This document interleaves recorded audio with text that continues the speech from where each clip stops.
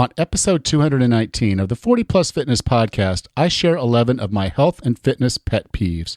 Yeah, it's sort of a rant episode. But you can find the full show notes for this episode at 40plusfitnesspodcast.com/219.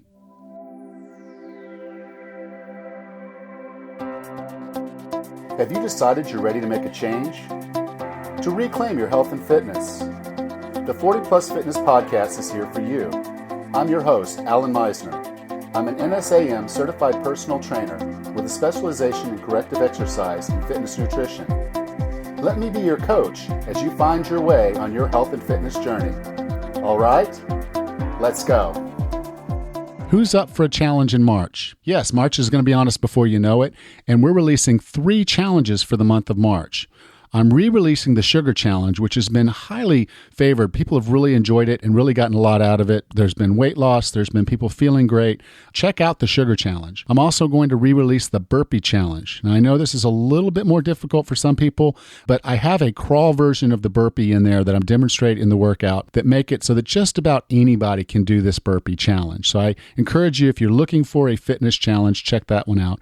And I'm releasing a new one in March. This is going to be the Mindset Challenge.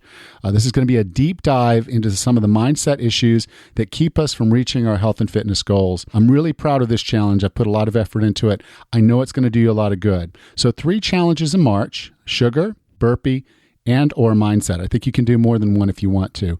Go to 40plusfitnesspodcast.com/challenge, and you can see all 3 of those challenges. Choose the one that's right for you, or in many cases, maybe choose more than one.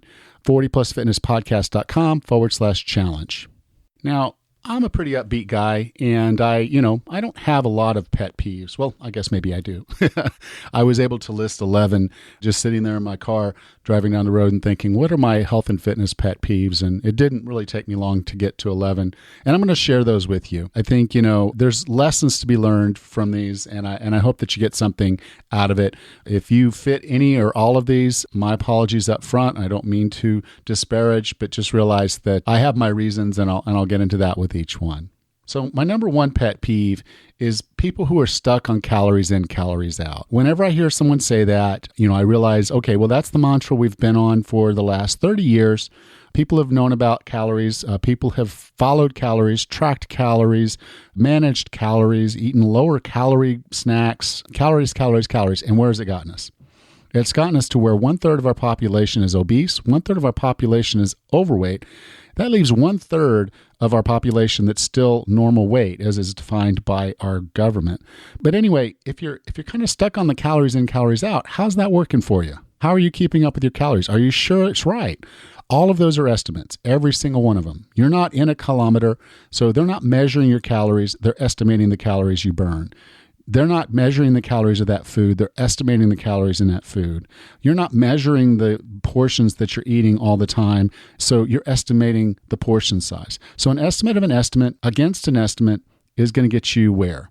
The reality is, if you want to go on the calories in, calories out model, let me give you just one little thing. An almond, a single almond, has 16 calories. If you overeat 1 almond per day, just 1 almond per day, overeating, you will gain 10 pounds in a year. So how close are your calorie counts? Are you within 1 almond each day of being where you need to be based on all these estimates? I don't think so. Eat to satiety, eat good food, eat good quality food, get the nutrition. Let your body tell you when it's full. For centuries, for millennia, humans didn't know what a calorie was. They didn't track calories, and yet they were never overweight. So it's more about the quality of your food than it is the calories that you're consuming. My number 2 pet peeve is in the gym when I see people doing what I call Barbie reps. And a Barbie rep is where they have almost zero weight. They're moving it through the range of motion, typically the full range of motion, which is good. Not always. They're not always going through the full range of motion, but you'll see them doing these little curls with a little 3-pound bar, little dumbbells, and they're doing the little curls, and then they get through and they go sit down, they listen and they look at their texts and they do what they're going to do, but they're doing their little Barbie reps. And the reality is they're not really even burning any calories. They're definitely not building any muscle.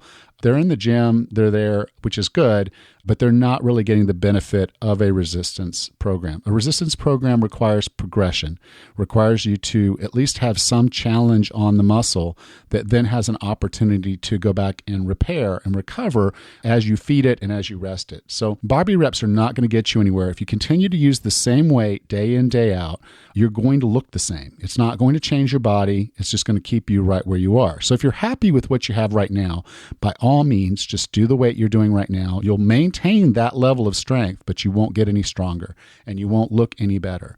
So don't do Barbie reps. My number 3 pet peeve are food Puritans, okay? These are the folks that say you can't eat that, or you shouldn't eat that, or you must not eat that.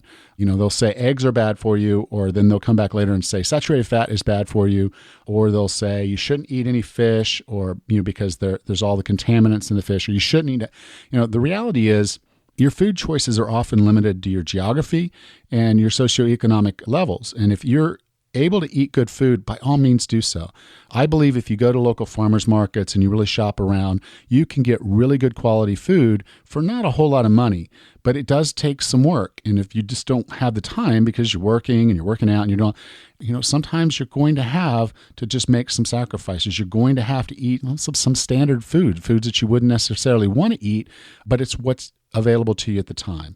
I can't always get access to fresh fish. So yes, I will occasionally open up a can of fish. I can't always get access to organic vegetables. So, if I have to stop by a place and get a salad, get salad mix and it's not necessarily organic, it is what it is. I do the best that I can under the circumstances I'm in. And so when someone says, I shouldn't be eating meat, or I shouldn't be eating that, or I shouldn't be eating this, I'm like, well, okay, maybe I shouldn't, but let's not turn food into a religion. Food is about replenishing our bodies and giving it what it needs. And in many cases, yes, maybe we're not giving it the best quality that we can, but we need to do the best we can and be happy with that. My number 4 pet peeve is bro science. Now, bro science is this thing where it's always worked. It's always been the way we are in the gym. This guy tried this thing, and then you're going to try this thing. And there really isn't any real science behind it. There really isn't any real experience behind it. It's just what, guys are talking about at the gym. And so this is the next big thing. And I'll admit, when I was, younger and in the gym, I was, I was sucked up in it too, seeing people do something and saying, oh, well, you've got to do negatives. That's how that's how you're really going to put on the strength. That's how you're going to really get ripped. And, the reality is there were times that I destroyed my body following bro science. So, realize that there are smart ways to do things, and don't always just follow the crowd, because sometimes the crowd is wrong. Number 5 pet peeve are these pre-workout stimulant things. They got to have the drink to go work out, and they've got to do that. I can tell you, if you have good nutrition, if you're fat adapted, you're going to have all the energy you need to go in the gym and do the workout you need to do. You don't need a high-powered stimulant to push you through a workout if you're eating well and properly hydrated. So, avoid the stimulants. All they're doing is goosing your heart, and they're not really giving you any real benefit to getting better. They'll force you through a workout because, you'll have this little surge of energy, but there's the crash after. And then, again, you're not doing your heart, you're not doing your body a favor. And many times these things are loaded with chemicals and potentially sugars and other things that you just really don't need to be putting in your body. My number 6 pet peeve are these fat loss supplements. You take this pill, you take this drink, there's this company, that company, such and such lost 6 pounds, and that lost that, this raises my metabolism. And the reality is, get up and move around a little bit. If you're eating good quality food, fats, fibers, good vegetables, good meats, and you're moving around, you've got all the stimulants you need. Your body will begin to burn fat because you'll get fat adapted. And trying to use a supplement to basically cover up for the fact that you don't want to eat well really doesn't sit well with me. If you were trying to eat well and then you tried something like that, at least then I would understand why you're doing it. But if you're doing it because you don't want to eat well and you don't want to move around, you don't want to exercise, then again, you're just trying to find that secret pill, that magic pill that's going to get you somewhere. And the reality is that they don't exist. They won't exist Just eat well and move. So number 7 on my pet peeve list are these flat stomach machines. And probably one of the reasons is that I carry any excess body fat I do have, that's where it's going to sit. It's going to sit right at my waistline. And so it's very compelling to see this exercise machine that says, hey, do these little twisty things and you'll lose all this body fat in the stomach and you'll look ripped like these actors that we have on this television program or on the box. And you're going to throw, $49 or, maybe it's 3 payments or $39.99 or whatever it is after this company. And the reality is it's a sit-up, and sitting up and doing crunches and doing these exercises on your stomach are not how you're going to lose the body fat in your stomach. Your body has a natural rhythm to how it wants to store body fat. That is driven by your hormones. That's driven by your age.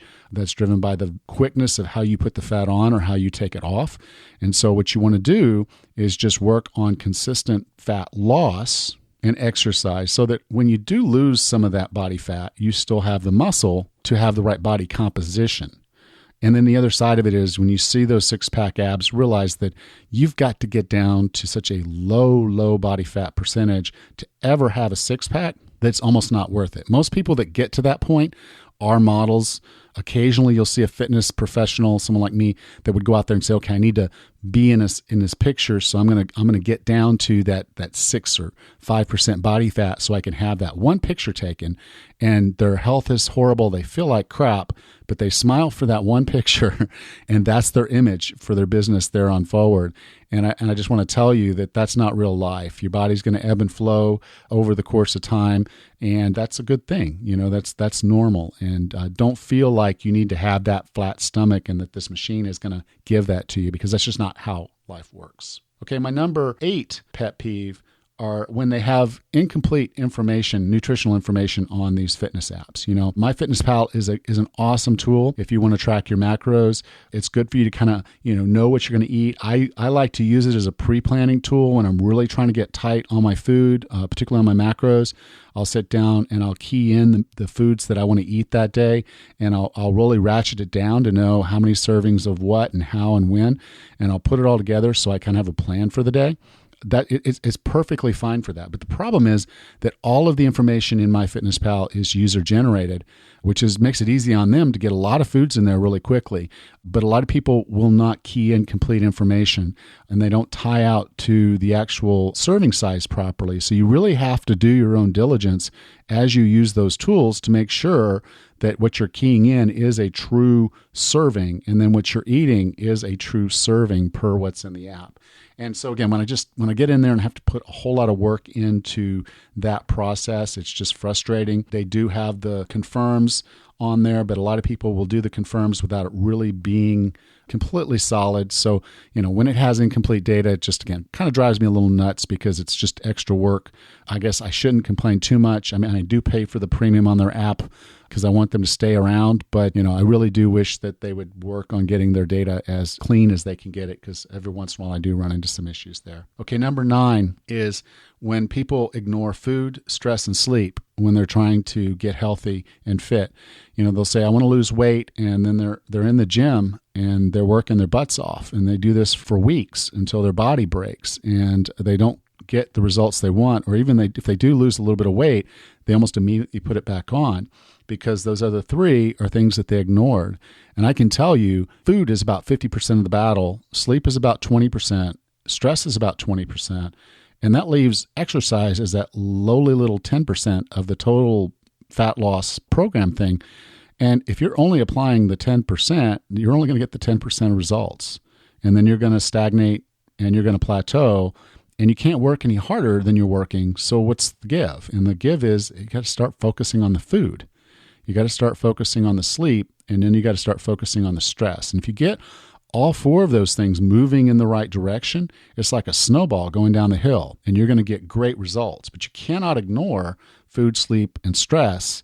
You need those in your program just as much and more than you need the exercise. So just realize that exercise is not the whole answer in the fat loss game. Okay. Number 10 is scale worship. Okay. This is the person who lives and dies by the measurement on the scale. And so they wake up today and they weigh 1 pound more than they weighed yesterday. And it's like, well, wait, I didn't eat the calories. I didn't do anything, and I'm a pound heavier. And the reality is the scale is not the whole answer. It is not a good measure of health and fitness. It is a measure of body mass. Now, in general, if you're losing weight, you're probably on the right track, but there's better measurements. Focus on how you look and feel, not on what the scale.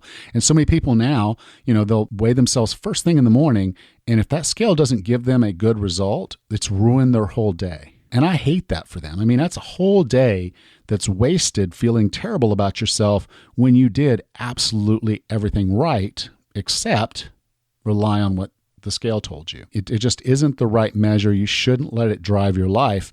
Focus on how you feel, focus on how you look, and just work on that. And then finally, number 11 are irresponsible headlines. And so many newspapers and magazines now are coming out, and they'll have this horrible headline of red meat kills you, it causes cancer. And you get into reading the article and they're just kind of, a little obtuse about, well, they did this test on some processed meat and people started getting cancer. And then they said probably going to be red meat in there too. So that's probably bad too. But you get into the study and realize, they used processed meat, and yes, some of the rats or whatever got cancer. And so eating a high dose of processed meat all the time is going to give you cancer. That doesn't really correlate with eating good quality red meat, but yet the study guys said that, and therefore the headline picked it up, and now everybody's running around repeating that headline that red meat kills. And I'm like, no.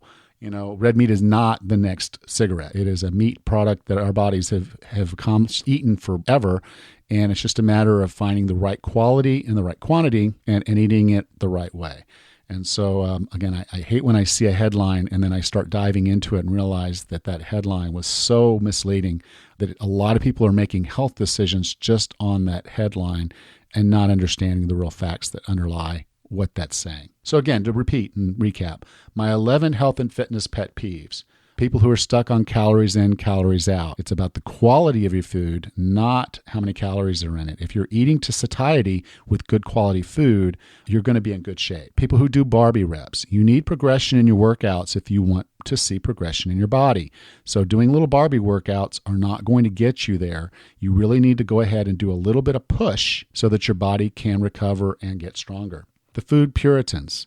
Everybody's a little bit different, and you'll hear me say that. I bring on people on this show that are not in the same line as I am on all things, and that's fine. We can have the conversation, and then you can make a decision on what fits your lifestyle, what works for you, and move forward from there. Okay. Bro science. So people who've just taken what everybody else is doing and saying that's got to be right.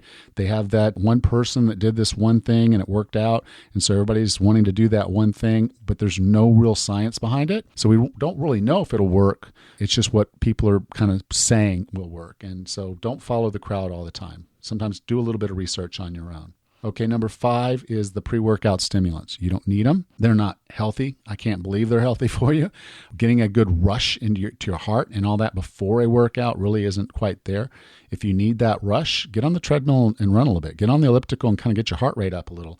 That little warm-up will do a lot more for you than these stimulants. Number 6 is fat loss supplements. There are no shortcuts in this game.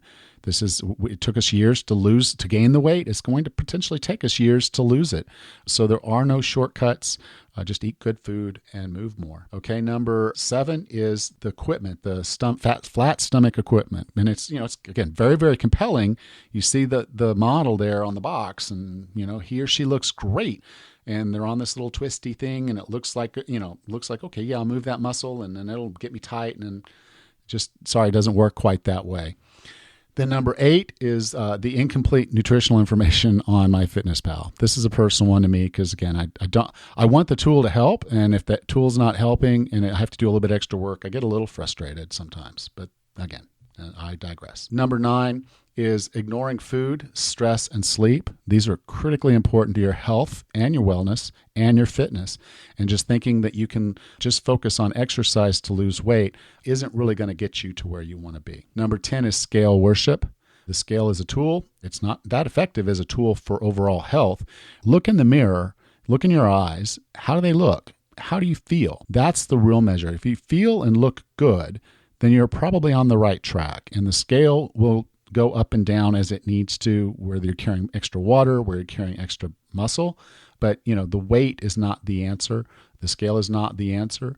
It's an indicator, but a very poor one at that at times.